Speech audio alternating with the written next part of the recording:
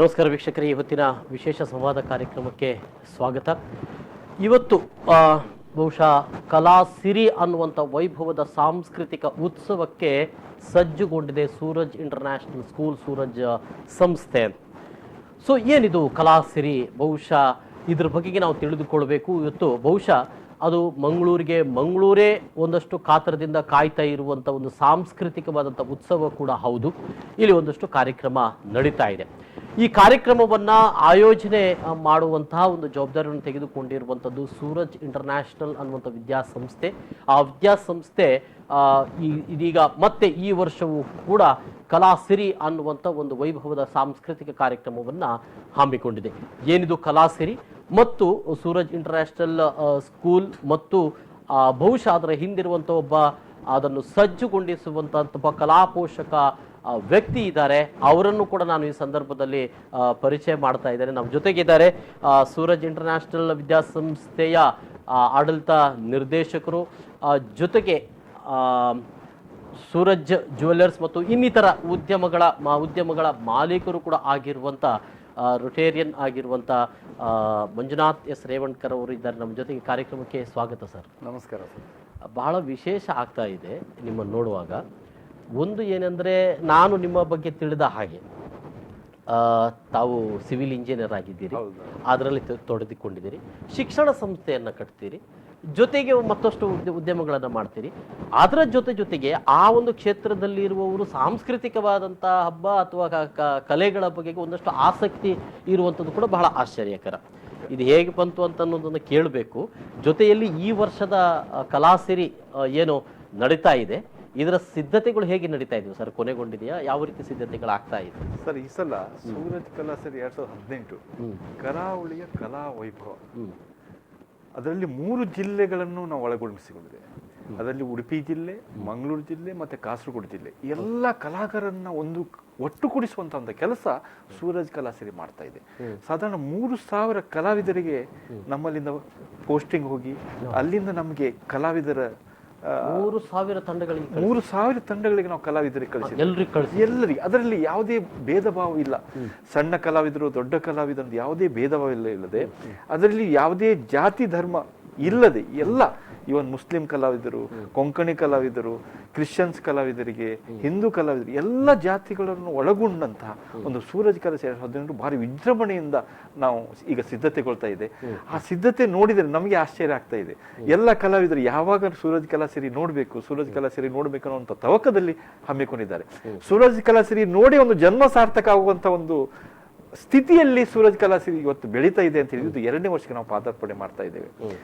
ಈ ಒಂದು ಕಾರ್ಯಕ್ರಮ ನವೆಂಬರ್ 30, ಡಿಸೆಂಬರ್ 1 ಮತ್ತು ಡಿಸೆಂಬರ್ 2ಕ್ಕೆ ಸೂರಜ್ ಕಲಾಸಿರಿ ಅಂದ್ರೆ ಶುಕ್ರವಾರ, ಶನಿವಾರ, ಆದಿತ್ಯವಾರ ಈ 3 ದಿನ ವಿಜೃಂಭಣೆಯಿಂದ ನಡೆಯುವಂತಹ ಒಂದು ಕಾರ್ಯಕ್ರಮಕ್ಕೆ ಉದ್ಘಾಟನೆಯಾಗಿ ನಮ್ಮ ಭಾಗ್ಯ ಅಂತ ಹೇಳ್ಬೋದು ಧರ್ಮಾಧಿಕಾರಿ ಶ್ರೀ ವೀರೇಂದ್ರ ಹೆಗ್ಡೆ ಅವರು ಬರ್ತಾ ಇದ್ದಾರೆ ಉದ್ಘಾಟಕರಾಗಿ. ಯಾಕಂದ್ರೆ ಅವರು ಸಿಗುದು ನಮ್ಮ ಒಂದು ಭಾಗ್ಯ ಅಂತ ಹೇಳ್ಬೋದು. ಅವರ ಶೆಡ್ಯೂಲ್ ಅಲ್ಲಿ ನಮ್ಗೆ ಟೈಮಿಂಗ್ ಸಿಗುದೇ ಒಂದು ನಮ್ಮ ಪುಣ್ಯ. ಆದ್ರೆ ಅವರ ಅಮೃತ ಹಸ್ತದಿಂದ ಒಂದು ಉದ್ಘಾಟನೆ ಆಗ್ಬೇಕಾದ್ರೆ ನಮ್ಗೆ ಆ ಮುಡಿಪುವಂತ ಪರಿಸರದಲ್ಲಿ, ಅದರಲ್ಲಿಯೂ ಸುದ ಗ್ರಾಮೀಣ ಪ್ರದೇಶದಲ್ಲಿ ಎಂತೆಂಥ ಕಲಾವಿದರು ಬಂದು ಮಾಡುವಂತ ಒಂದು ಕಲೆಯೇ ಸೂರಜ್ ಕಲಾಸಿರಿ. ಅದಕ್ಕೆ ನನಗೆ ಬಹಳ ಖುಷಿ ಆಗ್ತಾ ಇದೆ.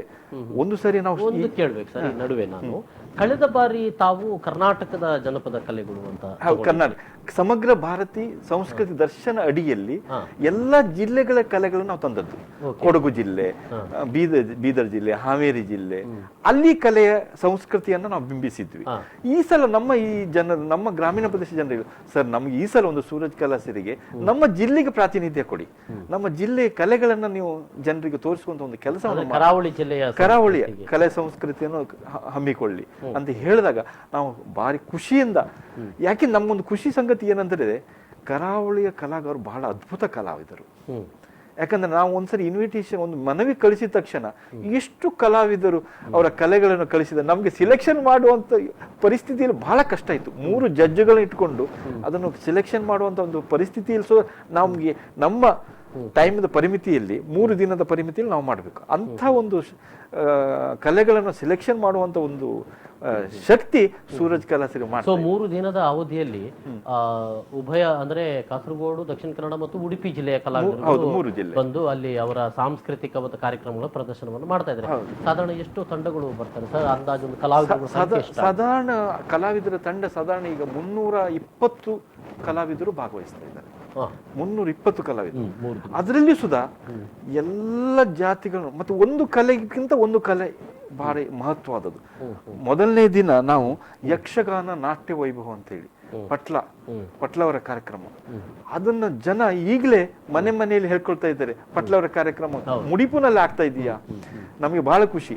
ಅದು 30ನೇ ತಾರೀಕಿಗೆ ಪ್ರಥಮ ದಿನ 3 ಗಂಟೆಯಿಂದ 5 ಗಂಟೆ ತನಕ ಯಕ್ಷಧ್ರುವ ಪಟ್ಲವರ ಕಾರ್ಯಕ್ರಮ, ಸತೀಶ್ ಶೆಟ್ಟಿ ಅವರ ಸಾರಥ್ಯದಲ್ಲಿ ಅವರ ಕಲಾವಿದರು ಸಾಧಾರಣ 18 ಕಲಾವಿದರು ಸೇರ್ಕೊಂಡು ಮಾಡ್ತಾ ಇದ್ದಾರೆ. 3 ಗಂಟೆಗೆ 30ನೇ ತಾರೀಕು ಯಕ್ಷಗಾನ ನಾಟ್ಯ ವೈಭವ. ಓಕೆ, ಅಲ್ಲಿ ಅಂದ್ರೆ ಒಂದೆಡೆಯಲ್ಲಿ ಯಕ್ಷಗಾನ ಅದರ ನಾಟ್ಯ ಇರ್ತದೆ, ಆಮೇಲೆ ಭಾಗವತಿಕೆಯ ಇದಿರ್ತದೆ, ಎಲ್ಲ ಸಮ್ಮಿಳಿತವಾದಂತ ವೈಭವ ಕಂಡು ಬರ್ತದೆ. ಅದರಲ್ಲೂ ಪಟ್ಲ ಅವರು ಇದ್ದಾರೆ ಅಂತ ಹೇಳಿದ್ರೆ ಅದು ಇನ್ನೂ ಅದರ ರಸವೇ ಬೇರೆ ಇರ್ತದೆ.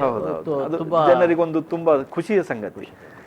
ಅದೇ ದಿವಸ ಇನ್ನೊಂದು ಮತ್ತೆ ಒಂದು ಕಲೆಗೆ ಲಾಸ್ಟ್ ಇಯರ್ ನಾವು ಯಾವ ಕಲೆಗೆ ಪ್ರಕಾರ ನಾವು ಮಾಡಿದ್ದೇವೆ, ಪ್ರತಿ ವರ್ಷ ಆ ಕಲೆ ನಮ್ದು ರಿಪಿಟೇಷನ್ ಆಗುದಿಲ್ಲ.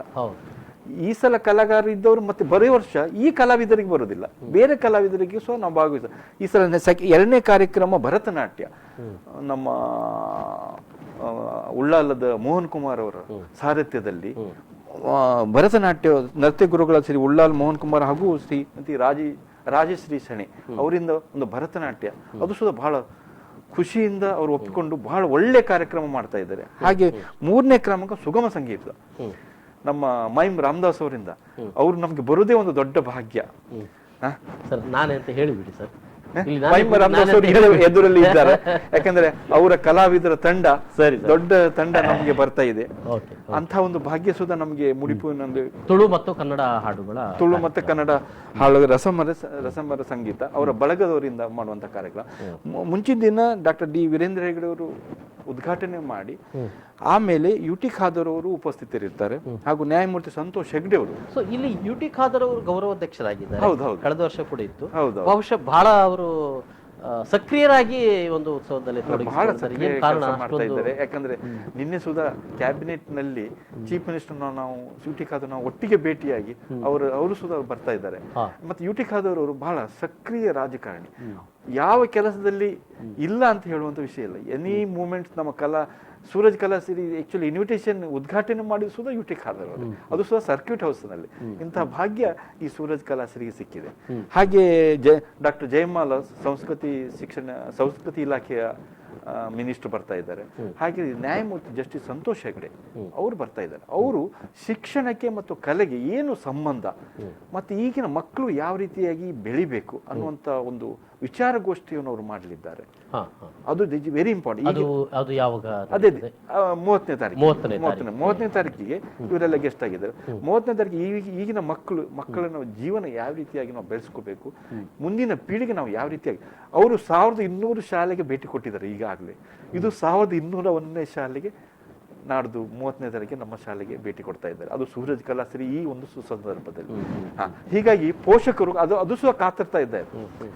ಸರ್, ಇನ್ನಷ್ಟು ನಾನು ಕೇಳಬೇಕು, ವೈಭವಗಳು ಹೇಗಿರ್ತದೆ, ಯಾವ ತಂಡಗಳ ವೈಭವಗಳು ಇರ್ತದೆ ಅಂತ ಅನ್ನೋದರ ಬಗ್ಗೆ ನಾನು ತಿಳಿದುಕೊಳ್ಬೇಕು. ಒಂದು ಸಣ್ಣ ವಿರಾಮ ತೆಗೆದುಕೊಳ್ಳೋದು, ವಿರಾಮದ ಬಳಿಕ ಮತ್ತೆ ಈ ಕಲಾಸಿರಿಯ ವೈಭವ ಹೇಗಿರ್ತದೆ ಅನ್ನೋದು ತಿಳ್ಕೊಳ್ಳೋದು.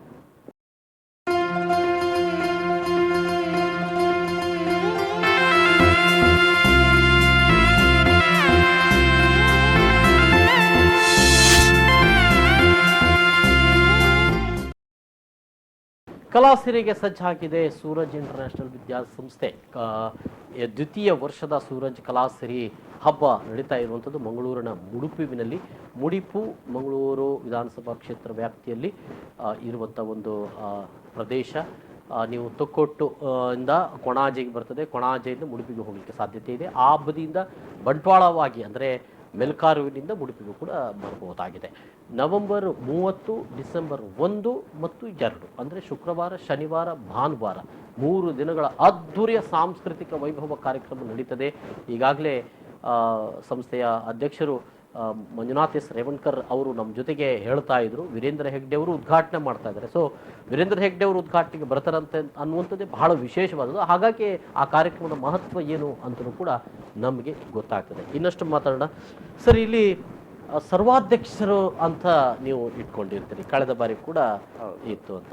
ಈ ಬಾರಿ ಗೋವಿಂದ ಭಟ್ರನ್ನು ಸರ್ವಾಧ್ಯಕ್ಷರನ್ನಾಗಿ ತಾವು ಆಯ್ಕೆ ಮಾಡಿರುವುದು. ಕೆ ಗೋವಿಂದ ಭಟ್ರು ಯಕ್ಷಗಾನದ ಮೇರು ಕಲಾವಿದರು, ಹಿರಿಯ ಕಲಾವಿದರು. ಹೇಗಿರ್ತದೆ ಸರ್ವಾಧ್ಯಕ್ಷರು ಆಯ್ಕೆ ಹೇಗೆ ನಡೆಯಿತು? ಸರ್ವಾಧ್ಯಕ್ಷರ ಆಯ್ಕೆ ಹೇಗೆ ಅಂತ ಹೇಳಿದ್ರೆ, ನಮ್ಮಲ್ಲಿ ಒಂದು ಟೀಮ್ ಇದೆ. ಆ ಟೀಮ್ನಲ್ಲಿ ಯಾರು ಕಲಾವಿದರಲ್ಲಿ ಒಂದು ವಿದ್ವಾಂಸರಾಗಿದ್ದಾರೆ. ಲಾಸ್ಟ್ ಟೈಮ್ ಈಶ್ವರಯ್ಯ ಅವರು ನಾವು ಸೆಲೆಕ್ಷನ್ ಮಾಡಿದ್ವಿ. ಒಳ್ಳೆ ಈ ಸಲ ಇವರು ಹಿರಿಯ ಕಲಾವಿದರು. ಈಶ್ವರಯ್ಯ ಅವರು ಸಾಂಸ್ಕೃತಿಕವಾದ ಪರಂಪರೆಗೆ ಸಂಬಂಧಪಟ್ಟ ಹಾಗೆ ತಮ್ಮ ಬರವಣಿಗೆ ಮತ್ತು ಕೃತಿಗಳಲ್ಲಿ ಮತ್ತು ಮಾಧ್ಯಮದಲ್ಲೂ ಕೂಡ ಬಹಳಷ್ಟು ಚೆನ್ನಾಗಿ ಮಾತನಾಡಬಲ್ಲವರು, ಪ್ರೋತ್ಸಾಹ ಕೂಡ. ಮತ್ತು ಒಳ್ಳೆ 3 ದಿನ ನಮ್ಮಲ್ಲಿ 3 ದಿನ 9 ಗಂಟೆ ಬಂದು ಸಂಜೆ ತನಕ ಇದ್ದರು ಅವರು. ಹೀಗೆ ಈ ಸಲ ಇವರು ಹಿರಿಯ ಸಾಹಿತಿ, ಹಿರಿಯ ಯಕ್ಷಗಾನ ಪಟು. ಮತ್ತೆ ಇವರಿಗೆ ವಯಸ್ಸು ನೋಡಿದರೆ 85 ವರ್ಷ. ಈಗಲೂ ಅದೇ ಉತ್ಸಾಹ. ಆ ಉತ್ಸಾಹದ ವ್ಯಕ್ತಿಯನ್ನು ನಮ್ಗೆ ಸಿಕ್ಕಿದೆ ಒಂದು ಮಹಾಪುಣ್ಯ. ಇವರು ಸಹ 3 ದಿವಸದ ಈ ಕಲಾಮೇಳದಲ್ಲಿ ಏನು ಚರ್ಚೆ ವಿಮರ್ಶೆ ಮಾಡಿಕೊಂಡು ಲಾಸ್ಟ್ 3ನೇ ದಿನಕ್ಕೆ ಇದರ ಒಂದು ಟೋಟಲ್ ಪಿಕ್ಚರ್ ಕೊಡುವಂಥದ್ದು ಕೆಲಸ ಸರ್ವಾಧ್ಯಕ್ಷರ ಕೆಲಸ. ಅವರ ಮೇನ್ ಕೆಲಸ ಅಂದ್ರೆ ಡೈಲಿ ನಮ್ಮ ಕಾರ್ಯಕ್ರಮವನ್ನು ವೀಕ್ಷಣೆ ಮಾಡಿ, ಆ ವೀಕ್ಷಣೆ ಮಾಡಿದ್ರೆ ಅದರಲ್ಲಿ ಯಾವುದು ಸರಿ, ಯಾವ್ದು ಏನಾದ್ರು ತಪ್ಪಿದೆಯಾ ಇದೆಯಾ. ಯಾಕೆಂದ್ರೆ ಮುಂದಿನ 3ನೇ ವರ್ಷಕ್ಕೆ ನಾವು ಹೋಗ್ಬೇಕಾದ್ರೆ ಇನ್ನು ನಾವು ನಮ್ಗೆ ಟ್ರೈನಿಂಗ್ ಕೊಡುವಂತ ಪ್ರತಿದಿನದ ಸಭಾ ಕಾರ್ಯಕ್ರಮಗಳಲ್ಲೂ ಕೂಡ ಅವರು ಇರ್ತಾರೆ. ಅವರು ಅಧ್ಯಕ್ಷ ನೆಲೆಯಲ್ಲಿ ಇರ್ತಾರೆ. ಮತ್ತೆ ಸರ್ವಾಧ್ಯಕ್ಷರಾಗಿರ್ತಾರೆ. ಎಲ್ಲ ಕಾರ್ಯಕ್ರಮಗಳನ್ನು ವೀಕ್ಷಣೆ ಮಾಡ್ತಾರೆ, ನೋಡ್ತಾರೆ. ಮತ್ತೆ ಎಲ್ಲ ಕಲೆಗಳಲ್ಲಿ ನಾವು ಮಾಡಿದಂತಹ ಏನು ಇಂಪಾರ್ಟೆನ್ಸ್, ಯಾವುದಕ್ಕೆ ನಾವು ಮಹತ್ವ ಕೊಟ್ಟಿದ್ದೇವೆ ಅದರ ಬಗ್ಗೆ ಎಲ್ಲ ವಿಮರ್ಶಕ ಮಾಡಿ 3ನೇ ದಿನಕ್ಕೆ ಅವ್ರದ್ದು ಸ್ಪೀಚ್ ಇದೆ. ಆ ಸ್ಪೀಚ್ನಲ್ಲಿ ನಮ್ಮ ಕಲಾವಿದರಿಗೆ ಹೇಳ್ತಾರೆ ಅವರು, ನೀವು ಈ ತರ ಮಾಡಿದ ಕಲೆ ಈ ತರ ಹೀಗಿದೆ. ಸೂರಜ್ ಕಲಾಸಿಗೆ ಈ ತರ ಮೆರುಗು ಕೊಟ್ಟಿದ್ದೀರಾ. ಮತ್ತೆ ಅದರಲ್ಲಿ ಏನಾದ್ರು ನ್ಯೂನತೆಗಳಿದ್ರು ಸುಧಾ ಅದರ ಬಗ್ಗೆ ವಿಮರ್ಶಕ್ಕೆ ಮಾಡ್ತಾರೆ. ಲಾಸ್ಟ್ ಇಯರ್ ಈಶ್ವರಯ್ಯ ಅವರು ಅರ್ಧ ಗಂಟೆ 3/4 ಗಂಟೆ ಅದರ ಬಗ್ಗೆ ಸ್ಪೀಚ್ ಮಾಡಿ, ಇಂಥ ಕಾರ್ಯಕ್ರಮ ಹೀಗಾಗಿದೆ, ಹೀಗೆ ಆಗ್ಬೇಕಾಗಿತ್ತು, ಇನ್ನೂ ಈ ತರ ಆಗ್ಬೇಕಾಗಿರೋ ಅಂತ ಒಂದೊಂದು ಭಾವನೆಗಳು ನಮ್ಗೆ. ಅದರಿಂದ ನಮ್ಗೆ 2ನೇ ವರ್ಷಕ್ಕೆ ನಾವು ಎಲ್ಲ ರೆಡಿ ಆಗಿದ್ವಿ. ಯಾಕೆ ಸರ್ವಾಧ್ಯಕ್ಷರ ನೆಲೆ ಬಹಳ ಇಂಪಾರ್ಟೆಂಟ್ ನೆಲೆ. ಅವ್ರು ಏನು ಅದರ ಮಹತ್ವವನ್ನು ಹೇಳ್ತಾರೆ ಅದನ್ನ ನಾವು ಒಂದು ಡೈರಿಯಲ್ಲಿ ಬರೆದುಕೊಂಡು ಮುಂದಿನ ವರ್ಷಕ್ಕೆ ನಾವು ಇನ್ನು ಕಲಾಸರಿಯನ್ನ ಬೇರೆ ಟೈಪ್ ಮೇಲೆ ವರ್ಷಕ್ಕೆ ಗೋವಿಂದ ಭಟ್ರು ಕೂಡ ಸರ್ವಾಧ್ಯಕ್ಷತೆಗೆ ಒಪ್ಪಿಕೊಂಡಿರುವುದು ಮತ್ತು ಬೇರೆ ಒಂದು ಮೆರುಗನ್ನು ಕೊಟ್ಟಿದೆ. ಯಾಕಂದ್ರೆ ಆ ವಯಸ್ಸಿನಲ್ಲಿ ಅವರು ಬರುದಂತ ಹೇಳಿದ್ರೆ ಅದು ನಮ್ಮ ಭಾಗ್ಯ ಅಂತ ಹೇಳ್ಬೋದು, ಸೂರಜ್ ಕಲಾಸಿರಿ ಭಾಗ್ಯ ಅಂತ ಹೇಳ್ಬೋದು. ಇಲ್ಲಿ ನಮ್ಮ ಉಭಯ ಜಿಲ್ಲೆಗಳ ಒಂದು ಜಾನಪದ ಪರಂಪರೆಗೆ ಸಂಬಂಧಪಟ್ಟಾಗಿ 3 ಕಾರ್ಯಕ್ರಮಗಳನ್ನು ನೋಡಿದೆ. ಆಯ್ಕೆ ಬಹಳ ಚೆನ್ನಾಗಿದೆ. ಇಲ್ಲಿ ತುಳು ಜನಪದ ಕುಣಿತ ಒಂದು, ಆಮೇಲೆ ಕೊಂಕಣಿ ಜನಪದ ಒಂದು ತಗೊಂಡಿದ್ದೀರಿ, ಇನ್ನೊಂದು ಬ್ಯಾರಿ ಜನಪದೀಯ ಕುಣಿತವನ್ನು ಕೂಡ ಅಲ್ಲಿ ತೆಗೆದುಕೊಂಡಿದ್ದೀರಿ ಅನ್ನುವಂಥದ್ದು. ಇದು ಯಾಕೆ ಬಂತು, ಯಾಕೆ ಆಯ್ಕೆ ಮಾಡಬೇಕು ಅಂತ ಅನಿಸುತ್ತೆ? ಇಲ್ಲಿ ಪ್ರತಿಯೊಂದು ಜನರಿಗೂ ಒಂದೊಂದು ಕಲೆಯಲ್ಲಿ ಆಸಕ್ತಿ ಇದೆ. ಈ ಆಸಕ್ತಿ ಈಗ ಕೊಂಕಣಿ ಒಂದು ಕಲೆಯಲ್ಲಿ ಅವರು ಒಂದು ಮೆರುಗನ್ನ, ಯಾವ ಕುಣಿತಗಳಲ್ಲಿ ಇದರಲ್ಲಿ ಇರುವಂತಹ ಕುಣಿತಗಳು ತುಳು ಕುಣಿತ, ಗಜಮೇಳ, ಕೊರಲ್ ಕಲಾ ತಂಡ, ಕುಡ್ಲ, ಸಂಯೋಜಕರು ರಮೇಶ್ ಮಂಚಿಕಲ್. ಹಾಗೆ ಬ್ಯಾರಿ ಕುಣಿತದಲ್ಲಿ ಕೊರಗ ಸಮುದಾಯದ ಒಂದು ತಂಡ ಕುಣಿತ, ಕೊರಗ ಸಮಾಜದ ಹಿಂದಿನ ಪೀಳಿಗೆದು ಆ ಸಮಾಜದಲ್ಲಿ ಏನಿತ್ತು ಈಗ ಮುಂದಿನ ಈ ಮಕ್ಕಳ ಪೀಳಿಗೆಗೆ ಗೊತ್ತಾಗಬೇಕು. ಈಗಿನ ಮಕ್ಕಳಿಗೆ ಕೆಲವೊಂದು ಹಿಂದಿನ ಪರಂಪರೆ ಏನಂತಾರೆ ಗೊತ್ತಿಲ್ಲ, ಈಗಿನ ಪರಂಪರೆನೇ ಗೊತ್ತಿದೆ ಹೊರತು ಅಂತ ಒಂದು ಪರಂಪರೆಯನ್ನು ಅಂತ ಗುರುತಿಸುವಂತ ಕೆಲಸ ಸುಧಾ ನಾವು ಈ ಸೂರಜ್ ಕಲಾ ಸೇರಿಯಲ್ಲಿ ಮಾಡಿದ್ದೇವೆ.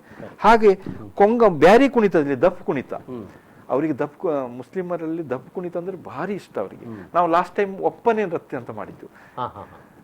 ಒಪ್ಪನೆ ನೃತ್ಯ, ಈ ವರ್ಷ ನಾವು ಮತ್ತೆ ಒಪ್ಪನೆ ನೃತ್ಯ ಮಾಡಲಿಲ್ಲ, ರಿಪಿಟೇಷನ್ ಇಲ್ಲ. ನಮ್ದು ಒಂದು ಸೂರಜ್ ಕಲಾಶ್ರೀ ಒಂದು ವಿಶೇಷತೆ ಏನಂತ ಹೇಳಿದ್ರೆ, ಒಂದು ಕಲಾವಿದರು ಒಂದು ಸರಿ ಸ್ಟೇಜ್ ಅಲ್ಲಿ ಬಂದು ಹೋದ ಮೇಲೆ ನೆಕ್ಸ್ಟ್ ಇಯರ್ ನಮ್ಗೆ ಮತ್ತೆ ಅವರಿಗೆ ಅವಕಾಶ ಇಲ್ಲ, ಬೇರೆ ಹೊಸ ಕಲಾವಿದರಿಗೆ ಅವಕಾಶ. ಹಾಗಾಗಿ ನಮ್ದು ಎಷ್ಟು ವರ್ಷ ಸೂರಜ್ ಕಲಾಶ್ರೀ ನಡೀತದೆ ಎಲ್ಲರಿಗೂ ಅವಕಾಶ ಸಿಗುವಂತ ಒಂದು ಅವಕಾಶ ವೇದಿಕೆ ಅಂತ ಹೇಳಿದ್ರೆ ಸೂರಜ್ ಕಲಾಶ್ರೀ. ಒಂದೇ ಕಲೆಯನ್ನ ಲಾಸ್ಟ್ ಟೈಮ್ ಒಪ್ಪನೆ ನೃತ್ಯ ಬಹಳ ಜನರಿಗೆ ಖುಷಿ. ಈ ವರ್ಷ ಒಪ್ಪನೆ ನೃತ್ಯ ಮಾಡ್ತಾ ಇಲ್ಲ ನಾವು ಮುಸ್ಲಿಮರಲ್ಲಿ ಮಾಡ್ತಾ ಇರೋದು ಬ್ಯಾರಿ ಕುಣಿತ, ದಫ್ ಕುಣಿತ ಅದರಲ್ಲಿ ಮತ್ತು ಬ್ಯಾರಿ ಕರೋಕೆ ಹಾಡುಗಳು ಹಾ, ಹಾ. ಅದು ಸುಧಾ ನಾವು ಆ್ಯಡ್ ಮಾಡ್ಕೊಂಡಿದ್ದೇವೆ. ಇಬ್ರಾಹಿಂ ಕಡಂಬು ಮತ್ತು ಬಳಗ ಅಂತ ಹೇಳಿ ಅವರು ಮುಡಿಪಿನವರೇ ಆಗಿರೋ ಮತ್ತೆ ಫೇಮಸ್ ಕಲಾವಿದ, ಬಾರಿ ಯಂಗ್ ಎನರ್ಜೆಟಿಕ್ ಮ್ಯಾನ್, ಫೇಮಸ್ ಕಲಾ. ಹಾಗೆ ಕೊಂಕಣಿ ಕುಣಿತ, ಅದರಲ್ಲಿ ಗುಮ್ಟೆ ಕುಣಿತ, ಕೋಲಾಟ, ಮಲ್ಲಿಕಾರ್ಜುನ್ ಕುಡುಬಿ ಜಾನಪದ ಕಲಾ ತಂಡ, ಎಕ್ಕುಂಜ ಮಂದಾರ್ತಿ, ಉಡುಪಿಗೆ ಅವಕಾಶ ಕೊಟ್ಟಿದ್ದೇವೆ ನಾವು. ಉಡುಪಿ ಜಿಲ್ಲೆಗೆ ಈ ಅವಕಾಶವನ್ನು ಕೊಟ್ಟಿದ್ದೇವೆ. ಹೀಗೆ ಪ್ರತಿ ಜಿಲ್ಲೆಗೂ ಸುಧಾ ನಾವು ಒಂದೊಂದು ಅವಕಾಶ ಕೊಡಬೇಕನ್ನೋ ಅನ್ನೋ ಭಾವನೆಯಿಂದ ಈ ತರ ಕಾರ್ಯಕ್ರಮ ಹಮ್ಮಿಕೊಂಡಿದೆ. ಮತ್ತೆ ಎಲ್ಲ ಜಾತಿ ಧರ್ಮವರಿಗೆ ಸರ್ವಧರ್ಮ ಸಮ್ಮೇಳನ ಟೈಪ್ನಲ್ಲಿ ಸರ್ವಧರ್ಮರಿಗೂ ಬೇಕಾಗುವಂತ ಎಲ್ಲ ಕಲಾ ತಂಡಗಳು ನಾವು ಆಯ್ಕೆ ಮಾಡಿಕೊಂಡಿದ್ದೇವೆ. ಅಂದ್ರೆ ಈ ಇಡೀ ಒಟ್ಟು ಕಾರ್ಯಕ್ರಮದಲ್ಲಿ ಇಲ್ಲಿ ಜನರು ಸಾಧಾರಣ ನೀವೇ ಹೇಳಿದ್ರು 1 ಲಕ್ಷ ಜನ ಬರ್ತಾರೆ. ಅಂದ್ರೆ ಕಳೆದ ಬಾರಿ ಸಾಧಾರಣ ಒಂದು 75 ಕಳೆದ 3 ದಿನದಲ್ಲಿ 70,000 ಜನ ಬಂದಿದ್ದಾರೆ. ಈ ವರ್ಷ ನಮ್ಮ ಒಂದು ಎಕ್ಸ್ಪೆಕ್ಟೇಷನ್ ಏನಂತ ಹೇಳಿದ್ರೆ 1 ಲಕ್ಷ ಜನ ಬರುವಂತ ಒಂದು ದೊಡ್ಡ ಕಾರ್ಯಕ್ರಮ. ಯಾಕೆ ನಾವು ಹೇಳ್ತಾ ಇದ್ದೇವೆ ಅಂತ ಹೇಳಿ, ಈಗಾಗಲೇ ನಮ್ಮ DDPI ಡಿಪಾರ್ಟ್ಮೆಂಟ್ನವರು ಎಲ್ಲ ಮಕ್ಕಳು ಸೂರಜ್ ಕಲಾ ಸರಿ ನೋಡ್ಲೇಬೇಕು ಅಂತ ಹೇಳಿ ಆರ್ಡರ್ ಮಾಡಿದ್ದಾರೆ.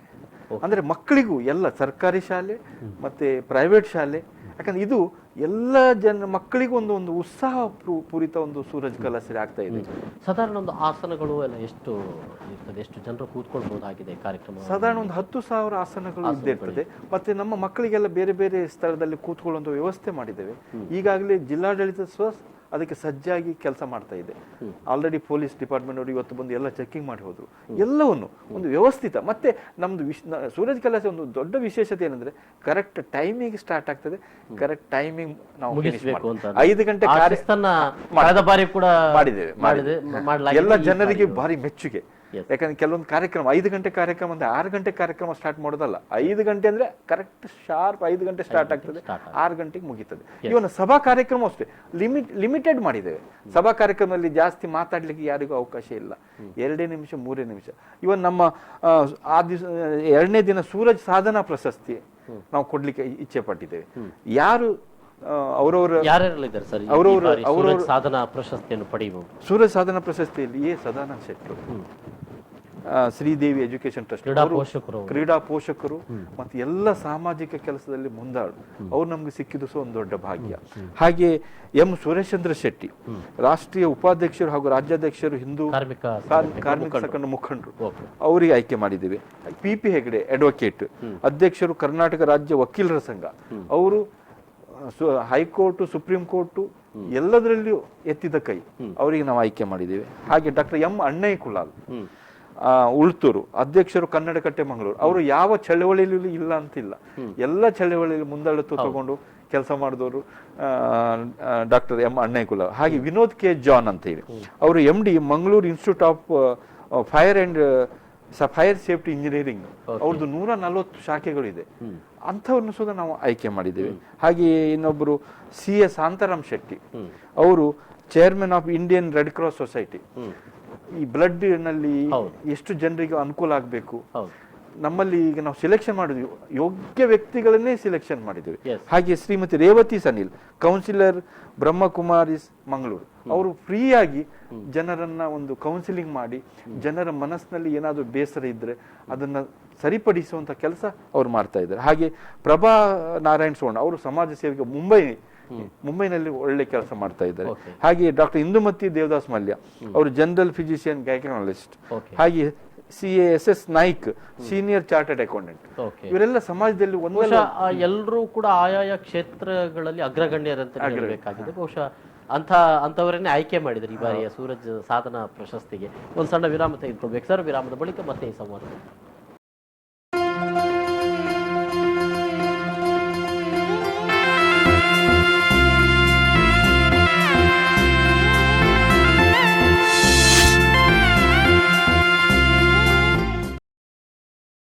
ಮತ್ತೊಮ್ಮೆ ಸ್ವಾಗತ ವೀಕ್ಷಕರೇ.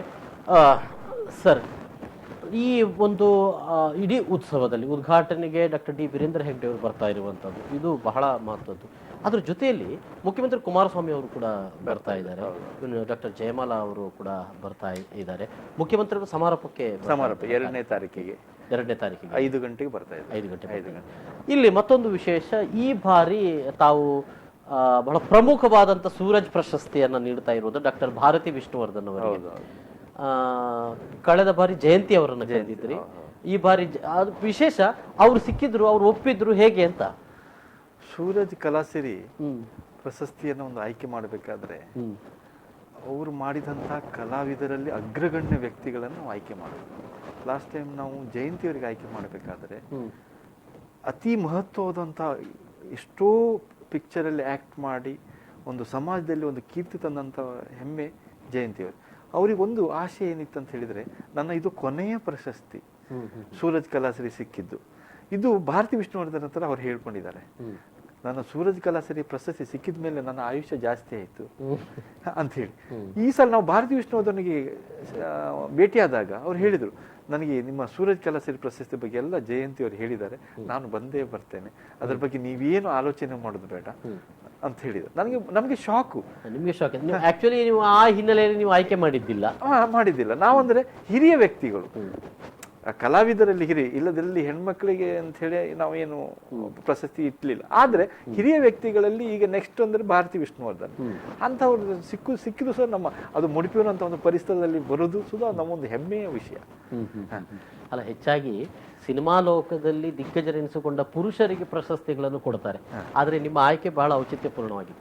ಕಳೆದ ಬಾರಿ ಕೂಡ ಮಹಿಳೆಯರಿಗೆ, ಅಂದ್ರೆ ಸಿನಿಮಾ ಲೋಕದಲ್ಲೂ ಕೂಡ ದಿಗ್ಗಜರೆನಿಸಿಕೊಂಡು ಮಹಿಳೆಯರು ಇದ್ದಾರೆ ಅಂತವ್ರು ಸಿಕ್ಕಿದ್ದು ನಮ್ಮ ಭಾಗ್ಯ. ಯಾಕೆಂದ್ರೆ ಅವರೆಲ್ಲ ಹಾಗೆ ಸಿಗುವಂತ ಜನ ಅಲ್ಲ. ಆದ್ರೆ ನಮ್ಮ ಸೂರಜ್ ಕಲಾಸಿರಿ ಫಸ್ಟ್ ಇಯರ್ ನಾವು ಜಯಂತಿ ಕೊಟ್ಟಿದ್ದು ಅದು ನಮ್ಮೊಂದು ಹೆಮ್ಮೆಯ ಗರಿ ಅಂತ ಹೇಳ್ಬೋದು. ಅವ್ರು ಹೇಳಿದ್ರು, ಇದೇ ನನ್ನ ರಾಷ್ಟ್ರ ಪ್ರಶಸ್ತಿ, ನನ್ನ ಕೊನೆಯ ಪ್ರಶಸ್ತಿ. ಮೊನ್ನೆ ತಾನೇ ಅವರಿಗೆ ಸ್ವಲ್ಪ ಹುಷಾರಿಲ್ದಿದ್ದಾಗ ಅವರಿಗೆ ಮನಸ್ಸಿನಲ್ಲಿ ನೆನಪಾಗಿದ್ದು ಸೂರಜ್ ಕಲಾಸಿರಿ ಪ್ರಶಸ್ತಿ ಅಂತೆ. ನಾನು ಫೋನ್ ಮಾಡಿದಾಗಿದ್ದು, ನಿಮ್ಮ ಪ್ರಶಸ್ತಿಯಿಂದನೇ ನನಗೆ ನನ್ನ ಜೀವನ, ನನ್ನ ಇನ್ನು ಆಯುಷ್ಯ ಸ್ವಲ್ಪ ಜಾಸ್ತಿ ಆಯ್ತು ಅಂತ ಹೇಳಿದ್ರು. ನನಗೆ ಶಾಕ್ ಆಯ್ತು. ಇಂಥ ಒಂದು ಹೆಮ್ಮೆ ನಮ್ಗೆ ಬರಬೇಕಾದ್ರೆ ಆ ಸೂರಜ್ ಕಲಾಸಿರಿ ಪ್ರಶಸ್ತಿಗೆ ಒಂದು ಆಯ್ಕೆ ಸುಧಾ ನಾವು ಅದೇ ರೀತಿ ಮಾಡ್ತಾ ಇದ್ದೆ. ಅಂದ್ರೆ ಇಲ್ಲಿ ಉಳಿದ ಪ್ರಶಸ್ತಿಗಳು ಸರ್ ಯಾರ್ಯಾರಿಗೆಲ್ಲ ಪ್ರಮುಖ ಪ್ರಶಸ್ತಿ? ಆ ದಿನ ಸೂರಜ್ ಕಲಾಸಿರಿ ಪ್ರಶಸ್ತಿಯನ್ನ ಪ್ರದಾನ ಮಾಡೋದು ನಮ್ಮ ಮುಖ್ಯಮಂತ್ರಿ ಕುಮಾರಸ್ವಾಮಿ ಅವರು ಶ್ರೀ ಜಯಂತಿ ಅವರಿಗೆ. ಅವರ ಒಟ್ಟಿಗೆ ಸೂರಜ್ ಸೇವಾ ಪ್ರಶಸ್ತಿ, ಸೂರಜ್ ಸೇವಾ ಪ್ರಶಸ್ತಿ ಅಂತಂದ್ರೆ ಹಿರಿಯ ಗಣ್ಯ ವ್ಯಕ್ತಿಗಳು, ಸಾಧಾರಣ ಅವರ ಏಜ್ ಸುಧಾ ಲಿಮಿಟ್ ನಾವು ನೋಡ್ತೇವೆ, ಸಾಧಾರಣ 80 years 75 years ಮೇಲೆ ಇದ್ದವ್ರನ್ನ ಸಹ ನಾವು ಆಯ್ಕೆ ಮಾಡ್ತಾ. ಈ ಸಲ ನಮ್ಮಲ್ಲಿ ಬ್ಯಾಂಕಿಂಗ್ ಕ್ಷೇತ್ರದಲ್ಲಿ ಶ್ರೀ ಮಹಾಬಲೇಶ್ವರ್ ಭಟ್ ಅವರಿಗೆ ಆಯ್ಕೆ ಮಾಡಿದ್ದೇವೆ. ಹಾಗೆಯೇ ಧಾರ್ಮಿಕ ಕ್ಷೇತ್ರದಲ್ಲಿ ಕರ್ನಾಟಕ ಬ್ಯಾಂಕಿನ ಚೇರ್ಮನ್, ಧಾರ್ಮಿಕ ಕ್ಷೇತ್ರ ಶ್ರೀ ವಾಸುದೇವ ಅಸ್ರಣ್ಣ ಅವರು 6ನೇ ವರ್ಷದಿಂದ ಕಟೀಲ್ನಲ್ಲಿ ದೇವರ ಪೂಜೆ ಸ್ಟಾರ್ಟ್ ಮಾಡಿದ್ರು. ಇವತ್ತಿಗೆ 60 ವರ್ಷ ಆಯ್ತಂತ ಅವರು ಕಟೀಲಲ್ಲಿ ಪೂಜೆ ಮಾಡ್ಲಿಕ್ಕೆ ಸ್ಟಾರ್ಟ್. ಅಂಥವ್ರು ನಾವು ಸುದೀರ್ಘ ಸೇವೆಯನ್ನು ಪರಿಗಣಿಸಿ ನಾವು ಧಾರ್ಮಿಕ ಲಾಸ್ಟ್ ಇಯರ್ ನಾವು ಭೀಮೇಶ್ವರ ಜೋಶಿ ನಮ್ಮ ಶೃಂಗೇರಿದ್ದು ಗುರುಗಳಾದ ಅವ್ರನ್ನ ಆಯ್ಕೆ ಮಾಡಿದ್ವಿ. ಅವರು ಶೃಂಗೇರಿಯಿಂದ ಬಂದಿದ್ರು. ಈ ಸಲ ನಾವು ಅಸ್ರಣ್ಣವ್ರು ಆಯ್ಕೆ ಮಾಡಿದ್ವಿ. ಹಾಗೆ ವೈದ್ಯಕೀಯ ಪಿತಾಮಹ ಅಂತ ಹೇಳ್ಬೋದು, ವೈದ್ಯಕೀಯ ಕ್ಷೇತ್ರದಲ್ಲಿ ಅಗ್ರಗಣ್ಯ ವ್ಯಕ್ತಿ, ಅಷ್ಟು ಸಾಧನೆ ಮಾಡಿದವರು ಇದು ನಮ್ಮ ಭಾಗ್ಯ. Doctor BM Hegde.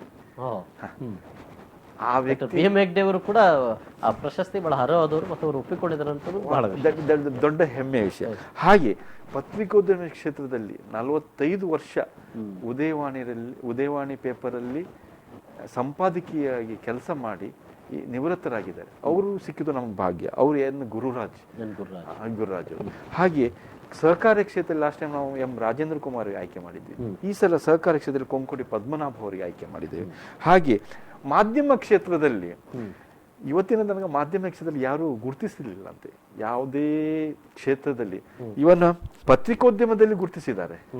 ಮಾಧ್ಯಮ ಕ್ಷೇತ್ರ ಅಂದ್ರೆ ರೇಡಿಯೋ ಚಾನಲ್, FM ರೇಡಿಯೋ ಇವೆಲ್ಲ ಇದೆ. ಆ ಚಾನಲ್ನವರಿಗೆ ನಾವು ಈ ಸಲ ಸೂರಜ್ ಕಲಾಸಿಯವರು ಮಾಧ್ಯಮ ಕ್ಷೇತ್ರದಲ್ಲಿ ಸುಧಾ ನಾವು ಗುರುತಿಸಿ ಶ್ರೀ ವಸಂತ್ ಕುಮಾರ್ ಪೆರ್ಲ ಅವರಿಗೆ ಕೊಡ್ತಾರೆ. ಈ ಬಾರಿ ಆಕಾಶವಾಣಿಯವರಿಗೆ ಅವಕಾಶ ಆಲ್ ಇಂಡಿಯಾ ಆಕಾಶವಾಣಿ. ಹಾಗೆ ಕಲಾಕ್ಷೇತ್ರ ಚುಕ್ಕೆ ಚಿತ್ರದಲ್ಲಿ ಬರೇ ಒಂದು ಗಂಟೆಯಲ್ಲಿ ಒಂದು ಮನುಷ್ಯನ ಚಿತ್ರವನ್ನು ಚುಕ್ಕೆಯಲ್ಲಿ ಬರೆದಂತಹ ಒಂದು ದೊಡ್ಡ ಮಹಾನ್ ವ್ಯಕ್ತಿ ಶ್ರೀ ಮೋಹನ್ ವೆಂಕಟೇಶ್ ಅವರಿಗೆ ಆಯ್ಕೆ ಮಾಡಿ. ಅವರು ಮೈಸೂರಿಂದ ಬರ್ತಾ ಇದ್ದಾರೆ. ಹಾಗೆ ಉದ್ಯಮ ಕ್ಷೇತ್ರ ಮಂಗಳೂರಲ್ಲಿ ಐಡಿಯಲ್ ಐಸ್ ಕ್ರೀಮ್ ಅಂದ್ರೆ ದೊಡ್ಡ ಕ್ಷೇತ್ರ, ಅವರಿಗೆ ನಾವು ಆಯ್ಕೆ ಮಾಡಿದ್ದೇವೆ. ಅವರು ಶ್ರೀ ಅವರ ಹೆಸರು ಹೇಳಿ. ಪ್ರಭಾಕರ್ ಕಾಮತ್. ಪ್ರಭಾಕರ್ ಕಾಮತ್ ಅವರ ಬಗ್ಗೆ ಯಾರಿಗೂ ಹೆಚ್ಚು ಗೊತ್ತೇ ಇಲ್ಲ. ಗೊತ್ತಿಲ್ಲ. ಗೊತ್ತಿರುವುದು ಏನಿದ್ರು ಐಡಿಯಲ್ ನ ಹಿಂದೆ ಪ್ರಭಾಕರ್ ಕಾಮತ್ ಅವರು ಇದ್ದಾರೆ ಅಂತ ಅನ್ನುವಂಥದ್ದು ಬಹುಶಃ ಈ ಪ್ರಶಸ್ತಿ ಮೂಲಕ ಗೊತ್ತಾಗುವಂತ ಕೆಲಸ. ಹಾಗೆ ಸಾಹಿತ್ಯ ಕ್ಷೇತ್ರದಲ್ಲಿ ಶ್ರೀ ಎಂ ರಾಮಚಂದ್ರ ಅವರಿಗೆ ಉದ್ಯಮಿಗಳಿಗೂ ಗೊತ್ತು, ಅಂದ್ರೆ ಸಾಮಾನ್ಯ ಜನರಿಗೆ ಗೊತ್ತಿಲ್ಲ. ಹಾಗೆ ಸಾಹಿತ್ಯ ಕ್ಷೇತ್ರದಲ್ಲಿ ಎಂ ರಾಮಚಂದ್ರ ಅವರಿಗೆ 88 ವರ್ಷ.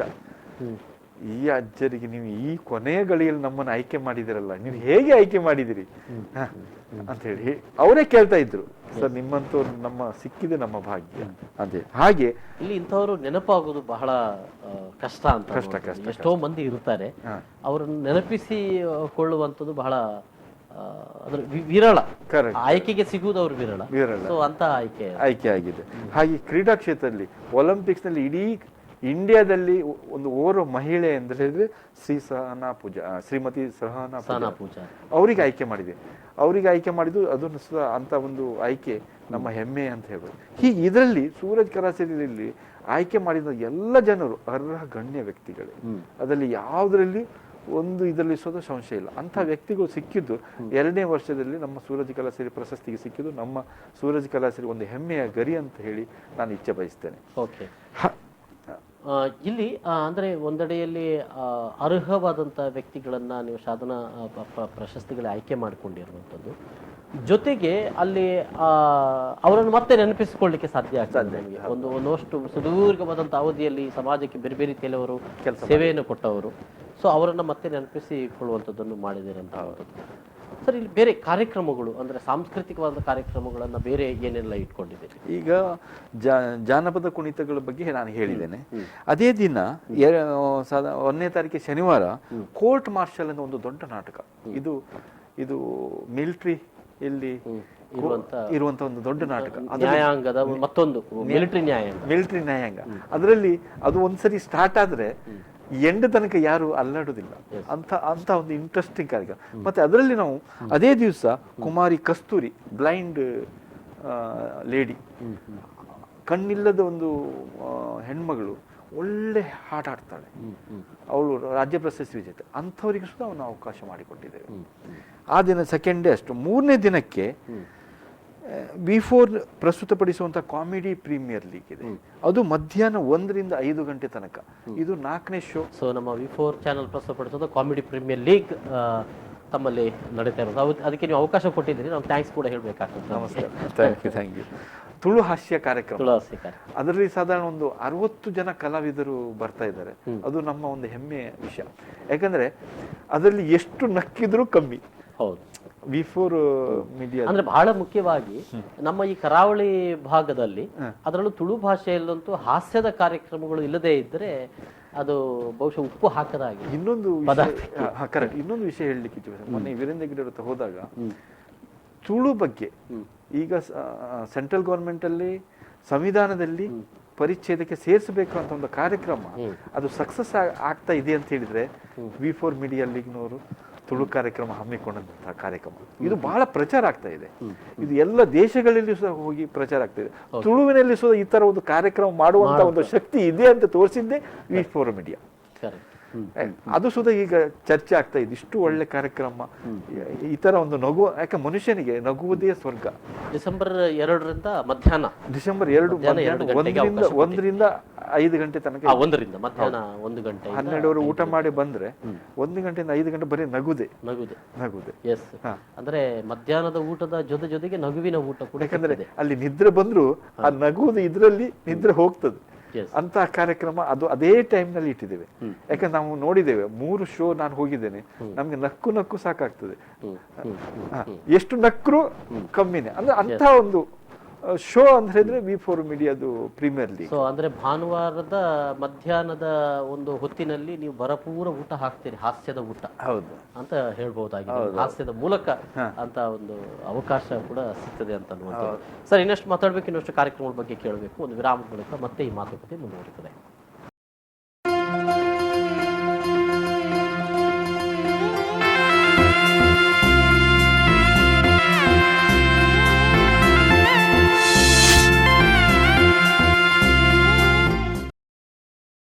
ಮತ್ತೊಮ್ಮೆ ಸ್ವಾಗತ ವೀಕ್ಷಕರೇ.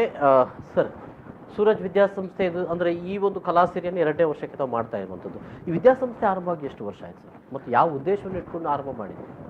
Suraj educational and charitable trust ಅಂತ ಹೇಳಿ ರಿಜಿಸ್ಟರ್ ಮಾಡಿ ನಾವು ಸಂಸ್ಥೆ ಸ್ಟಾರ್ಟ್ ಮಾಡಿ ಇವತ್ತಿಗೆ 12 ವರ್ಷ ಆಯಿತು.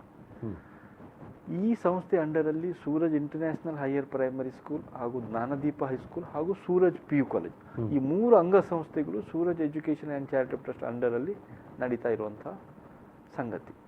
ಇದರಲ್ಲಿ ಏನಂತ ಹೇಳಿದರೆ, ಸೂರಜ್ ಎಜುಕೇಷನಲ್ ಚಾರಿಟಬಲ್ ಟ್ರಸ್ಟ್ ಎಲ್ಲ ಈ 3 ಸಂಸ್ಥೆಗಳನ್ನು ಹಿಡಿತದಲ್ಲಿ ಇಟ್ಕೊಂಡು ನಾವು ಸಂಸ್ಥೆ. ಇದರಲ್ಲಿ ಈಗ Suraj international higher primary school ಅಂದರೆ ಇದರಲ್ಲಿ nursery to up to 7th, okay, high school 8th ಮತ್ತು 9th ಮತ್ತು 10th Jnanadeepa high school. Suraj PU college PUC first year, PUC second, ಅದರಲ್ಲಿ ಸೈನ್ಸ್, ಕಾಮರ್ಸ್, ಆರ್ಟ್ಸ್ 3 ವಿಭಾಗಗಳನ್ನು ಒಳಗೊಂಡಿದೆ. ಈ 3 ಸಂಸ್ಥೆಗಳು ನಡೆಸುವಂಥ ಕೆಲಸ, ಅದರದ್ದು ಚೇರ್ಮನ್ ನಾನಾಗಿದ್ದೇನೆ. ಈ 3 ಸಂಸ್ಥೆಗಳ ಇದರಲ್ಲಿ ಅಡಿಯಲ್ಲಿ ಸೂರಜ್ ಕಲಾಸರಿ ನಡೆಯುವಂಥ ಒಂದು ವ್ಯವಸ್ಥೆ ಆಗ್ತಾ ಇದೆ.